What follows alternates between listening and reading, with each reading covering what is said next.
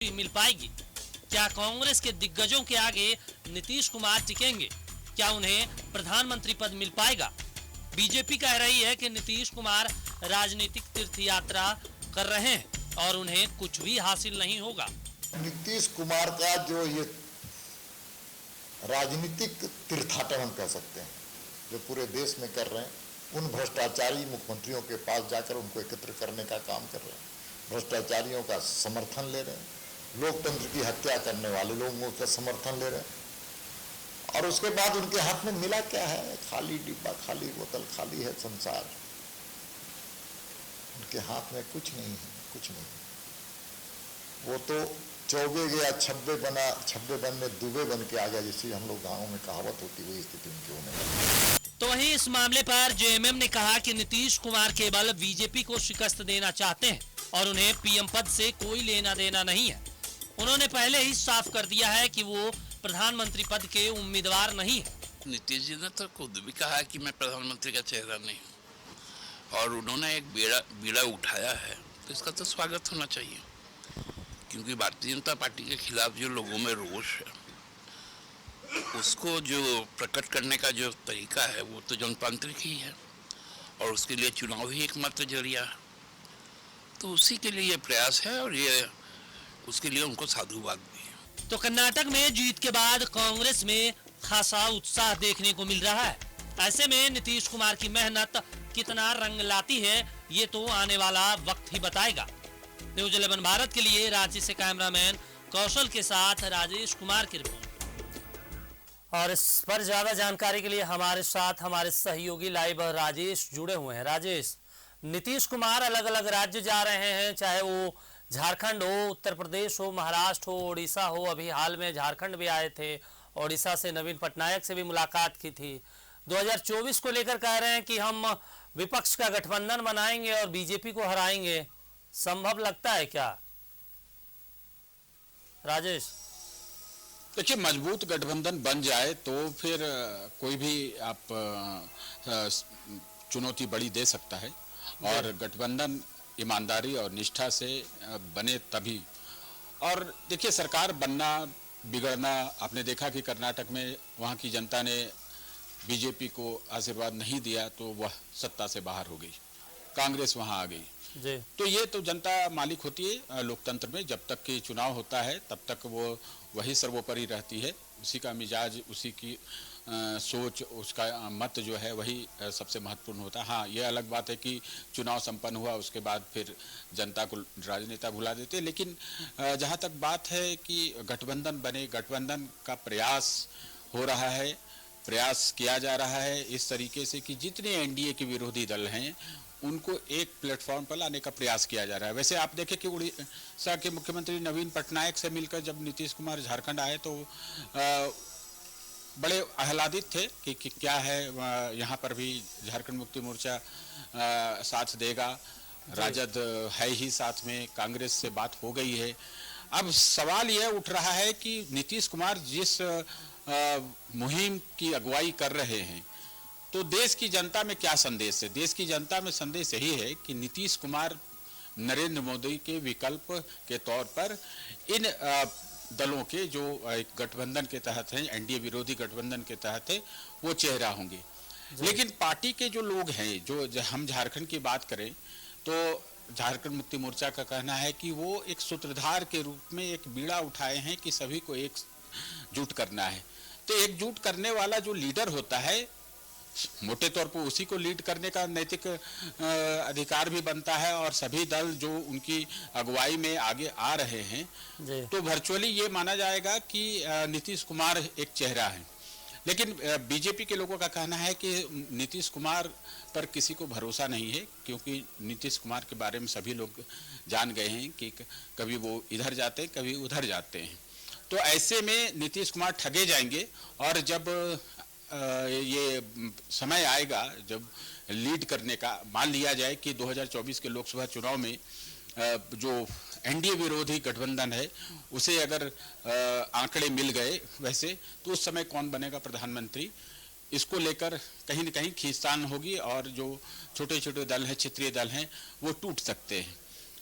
तो जो क्षेत्रीय दल हैं, जो इन्हें जिनके साथ जाकर ये मिल रहे हैं नीतीश कुमार, बीजेपी के प्रदेश अध्यक्ष ने कहा कि ये राजनीतिक तीर्थाटन कर रहे हैं। एक प्लेन उठाते हैं या लेके कहीं चले जाते हैं, वहाँ बात कर लेते हैं और फील गुड में रहते हैं कि वे एक एक्सेप्टेबल लीडर हैं अपोजिशन के। जी। ऐसी बात पूरे देश में नहीं है। हाँ, वो ये अलग बात है कि नॉर्दर्न इंडिया में कुछ बात हो सकती है, कुछ लोग उन्हें पसंद कर रहे हैं, लेकिन कई बड़े चेहरे हैं इस देश में जो इस लायक हैं, जो लीड कर सकते हैं। ठीक है, नीतीश कुमार यह बीड़ा उठाए हुए हैं, लेकिन शरद पवार हैं, फिर कांग्रेस के भी कई लीडर हैं जो बड़े नेता माने जाते हैं, दूसरे अन्य दल के भी नेता हैं। राजेश, यहाँ पे उनका भी रसूख कम नहीं यहाँ है। पे एक और सवाल होता है कि जनता दल यूनाइटेड तो चाहती है कि नीतीश कुमार पीएम बने, क्योंकि उनके पार्टी के रहे हैं और उसके बाद मुख्यमंत्री हैं बिहार के। लेकिन दूसरा सवाल है कि आप देखेंगे कि उड़ीसा के जो नवीन पटनायक हैं, उन्होंने सीधे तौर पर जब प्रधानमंत्री नरेंद्र मोदी से मुलाकात की दिल्ली में, तो उन्होंने कह दिया कि नीतीश कुमार से हमारी कोई बातचीत नहीं हुई और कोई गठबंधन का हमारा नहीं हुआ, जबकि वो समाजवादी विचारधारा से आते हैं। लेकिन दूसरा और सवाल है कि कोई विपक्ष के दल इनको क्यों स्वीकार करे, क्योंकि इनका एक राज्य में सरकार है, जबकि अगर अरविंद केजरीवाल को देखें तो दिल्ली पंजाब में है, अखिलेश यादव एक उत्तर प्रदेश जैसे राज्य में दूसरी सबसे बड़ी पार्टी है, वो कांग्रेस की अगर देख लें, जिसको कांग्रेस को नजरअंदाज किया जा रहा था कर्नाटक चुनाव के बाद, अब उसको भी नजरअंदाज नहीं किया जा सकता है। ऐसे में कैसे ये विकल्प तो बनाएंगे? देखिए, भारत के राजनीतिक इतिहास में ऐसे कई अवसर आए हैं कि अंतरकलह की वजह से लोग किसी को भी प्रधानमंत्री बना दिया गया है। आप देखें कि एच.डी. देवेगौड़ा जो एक क्षेत्रीय दल के नेता थे और उन्हें बना दिया गया प्रधानमंत्री, आई.के. गुजराल प्रधानमंत्री बना दिए गए। तो ऐसे कई उदाहरण है। झारखंड में आप देखें तो मधु कोड़ा जो है उन्हें मुख्यमंत्री बना दिया गया। तो अगर सामंजस्य बैठता है तो छोटे छोटे दल हो, बड़े दल हो, सब मिलके कुछ कर ही सकते हैं, एक्सपेरिमेंट कर ही सकते हैं। लेकिन सवाल यही उठता है कि कई बड़े नाम जिसके आपने जिक्र किया और वो चेहरे कमजोर नहीं है नीतीश कुमार से, तो जाहिर सी बात है कि जब समय आएगा तो गठबंधन में एक मत होना ये एक बड़ी बात होगी। अगर बनाने में कामयाब होते हैं तो अच्छी बात है। नीतीश कुमार माने जाएंगे कि प्रधानमंत्री का पद के चेहरा हैं और प्रत्याशी हैं। लेकिन देश की जनता के मिजाज में क्या आता है, नरेंद्र मोदी का विकल्प कौन बनता है 2024 में, ये जानना और समझना बहुत जरूरी है। ये अलग बात है कि कोई ऐसे आंधी आ जाए, एंटी इनकम्बेंसी फैक्टर आ जाए। आप देखिए कि 2004 में अटल बिहारी वाजपेयी की सरकार थी और सरकार अच्छी चल रही थी।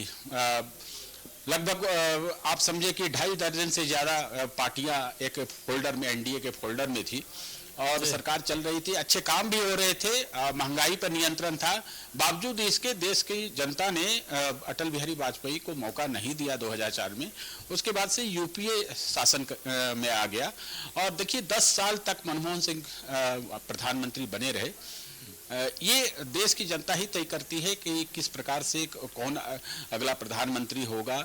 इसके लिए स्पष्ट रूप से यह देखना होगा कि एक चेहरा जो मोदी के खिलाफ चेहरा स्थापित करने का प्रयास होगा तो लोग यह जरूर जानना चाहेंगे वह कौन सा चेहरा है। वैसे जो छोटे छोटे दल हैं वो कह रहे हैं कि नहीं, नीतीश कुमार एक सूत्रधार हैं। प्रधानमंत्री के बारे में उन्होंने भी कहा है कि वो प्रधानमंत्री पद के दावेदार नहीं हैं। लेकिन जो एक्सरसाइज हो रहा है, जो चीजें हो रही है, अगर किसी टीम को कोई लीड करता है तो उसे कैप्टन माना जाता है।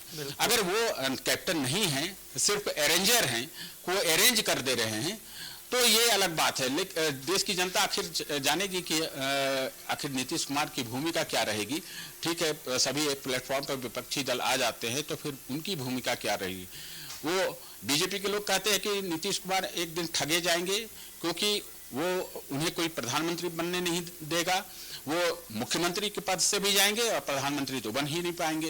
ये प्रदेश अध्यक्ष दीपक प्रकाश का बयान है।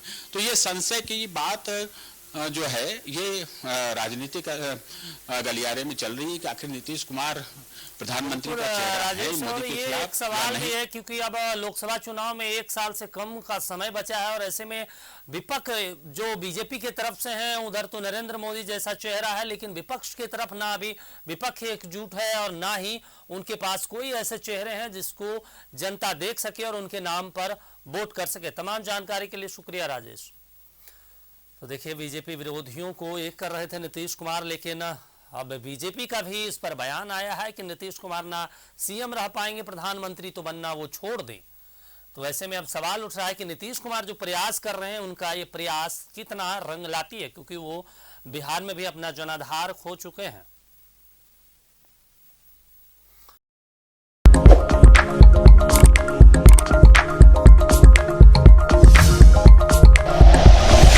Like and share videos, subscribe करें हमारा चैनल और प्रेस करें बेल आइकॉन। न्यूज़ 11 भारत, सच है तो दिखेगा।